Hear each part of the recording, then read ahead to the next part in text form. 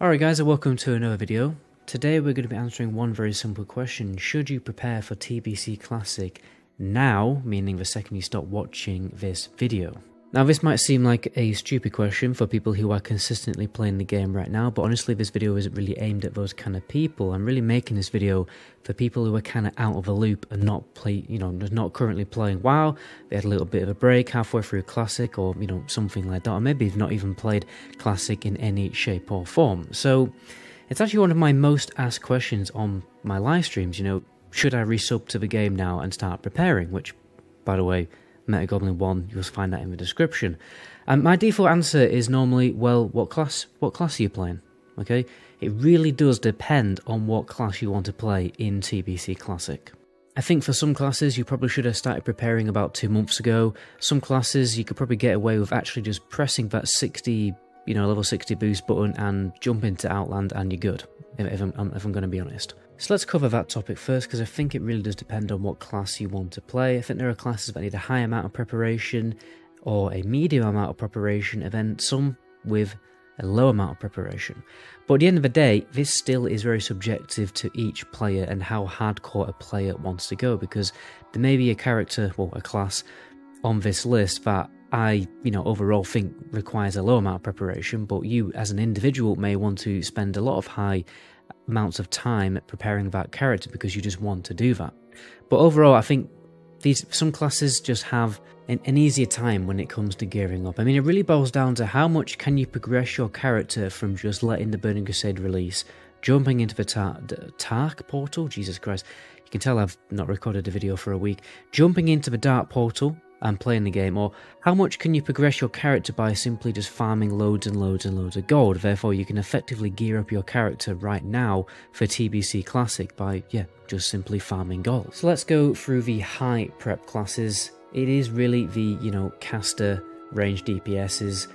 You got your Warlock, your Mage and your Shadow Priest. I think these classes are the ones that need the highest amount of preparation, simply by the fact there's so many good tailoring recipes that they can obtain, and they will last you so ridiculously long in TBC Classic. They'll last you at least up until tier 6, because they're that powerful that you really cannot just afford to ignore these pieces, because they're just so ridiculously good. And they cost a lot of gold, okay? For instance, a Shadow Priest at least wants, the Spell Strike hood, pants, and wants Frozen Shadow Weave boots, at least. And same with the Warlock, really. I mean, yeah, because that gear is just so good, and the only way to get that gear is simply just to farm gold, or farm the actual items required to craft that gear, which is probably going to be very difficult on high populated servers. Let's move on to the classes that I think require a little bit less preparation, but nonetheless probably still quite a lot, and there's probably a few people watching this video who are going to play one of these classes who are going to prepare an absolute truckload. But I have Elemental Shaman, Warrior, both DPS specs, Enhancement Shaman, Rogue, Boomkin and Ret Paladin. So these classes still need pretty good crafting gear, which again requires gold. For instance, Ret Paladin or an Armed Warrior will get Lionheart's Executioner, and the Enhancement Shaman will get Dragon Maw, Dragon Strike, whatever you want to call it. And all those great blacksmithing weapons, which do require quite a lot of preparation and quite a lot of gold. But I think overall these classes require just simply less crafted gear than the Warlocks, Mages and Shadow Priests. So then we move on to the low prep classes. First of all, I've got down the Hunter. So there's a bit of a meme with Hunters, obviously, that you can just pretty much equip 4 pieces of Beast Lords and some half decent dungeon gear and then just top DPS meters, and it's kind of not a meme, honestly. Like, you do not need to spend loads and loads of time preparing your Hunter, honestly. Like, you get Beast Lords, which, fair enough, is going to require you to do quite a lot of dungeons to get all the Beast Lord pieces. And then obviously you've got to get groups with no other hunters in. But as soon as you've got that done, guys, you will be topping DPS meters, and you'll have absolutely no problem at all. Then you can just get some juicy raid gear. Next, we have the Protection Paladin. So, you can get some good pre-raid blessing slot pieces with, blacksmithing and engineering, but you can do that if you want, but the reason why I say it's not as absolutely mandatory is because, it's not absolutely essential in my opinion. I mean, it's nice to have those really great pieces, but whenever I've played a Protection Paladin, I've never done it. I've just got all the great dungeon gear and quest gear, and then just jumped into raids and have not really had that much of an issue, even on extremely high buffed, you know, private servers, which will not be a accurate representation of what TBC Classic is going to turn out to be. And the same, you know, for Protection Warrior, exact same story. Like, you're going to be fine. Like, the content's going to be so easy. Like, I talk about healers later, but like, your tanks are not going to be have to be absolutely decked out in pre-raid best in slot, like blacksmithing gear that you can replace with raid gear anyway. Yeah, I don't think it's really absolutely mandatory. Just get, you know, your avoidance cap, your defense cap, and you're pretty much good to go. Same with a Feral Druid tank, which is the next one. And then we also have Feral DPS spec. So a lot of the actual dungeon gear simulates better than some of the crafted gear. So as a Feral DPS, don't really think you need to go to, you know, try hard getting all of the like best in slot level working gear. I think you can live with just getting the dungeon gear instead. Okay, so what about healers? Okay, when we're talking about healers, this is definitely up to the player. Okay, there are many great tailoring items that you can get as a healer that will drastically improve your healing and make your character more powerful, but obviously they are extremely expensive because they all require primal might, okay, which are very expensive because they need literally every other, well not every other, but all of the other expensive primals. So I honestly think TBC is going to be so easy that this level of min-maxing on your healers and your tanks, again, I don't think it'll be needed. It won't be absolutely mandatory for you to clear the content.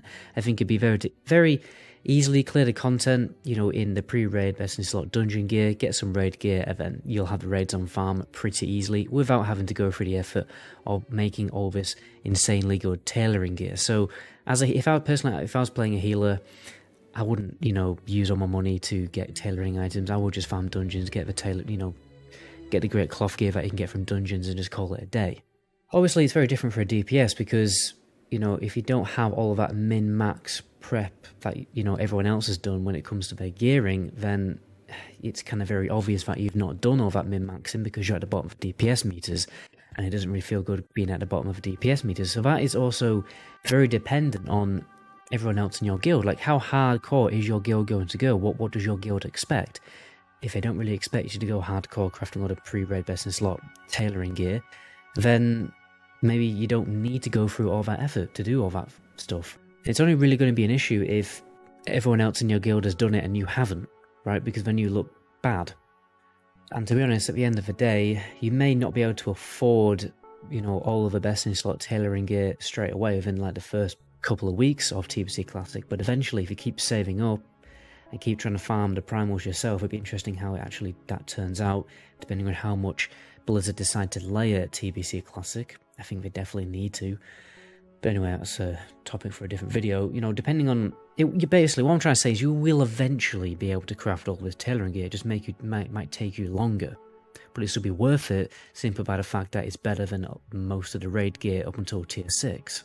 Well, this is why I'm honestly still on the fence about either playing a Shadow Priest or a Hunter. I mean, I really want to play a Shadow Priest, but I barely have the time to play the game anymore. Which is why I'm kind of considering a Hunter, because if I played a Hunter, I could just wait until the pre-patch, boost a Hunter, get some PvP gear, and then jump into Outland and I'm good. Okay, and I don't need to spend time playing the game, right? And there would be a lot less weight lifted from my shoulders because I wouldn't have to prepare as much. You know, but because I decided to play a Priest, you know, first of all I have to finish leveling it up, I need to farm loads of gold, at least for the Spell Strike set, and Shadow Weave boots, and, you know, that's not exactly easy when I only have about 6 hours a week to play World of Warcraft, especially as it's summer soon, and, you know, the last thing I want to be doing when it's summer is sat inside playing World of Warcraft, because we only get about 2 days of summer in the UK, and, you know, you want to make the most of it. And that's basically my situation. I think a lot of people are also probably in that situation. It may be a better option for people in this situation to choose one of the classes from the low preparation list, just so you can have a overall easier time, or just pick any class you want, but just make sure you go for a more casual guild.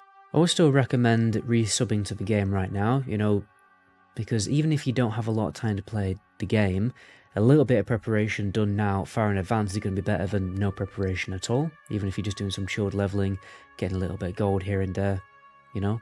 Another thing to bear in mind though, guys, is the pre-patch will make leveling faster, so you may want to get your character to around level 50 and then wait for the pre-patch to drop and then level it the rest of the way when the XP is faster, okay, because Obviously, the level 50 to 60 bracket, that's the longest and most difficult push where experience feels extremely slow. So you may want to like just drop that character, wait for the pre-patch to drop, maybe level a different character, another character that you want to level, like for instance a profession alt or something like that, or just go back to doing raids on your main, farming gold, whatever you want to do, and just, you know, wait for the pre-patch to drop and then do the last little push. I have a friend who's getting numerous alts up until level 50, and then he's just going to wait for the pre-patch to drop and then just level them up the rest of the way when the XP is faster, okay? That's a much better play in my opinion. You know, especially if you actually are planning to run multiple characters for TBC, you're going to save a lot of time just, you know, leveling up a new character while waiting for the pre-patch. Anyway guys, that is the end of the video there. If you haven't already subscribed, please consider subscribing to the channel. That really does help out and you won't miss future uploads. But anyway, my name is MetaGoblin. This is my next video. Ciao.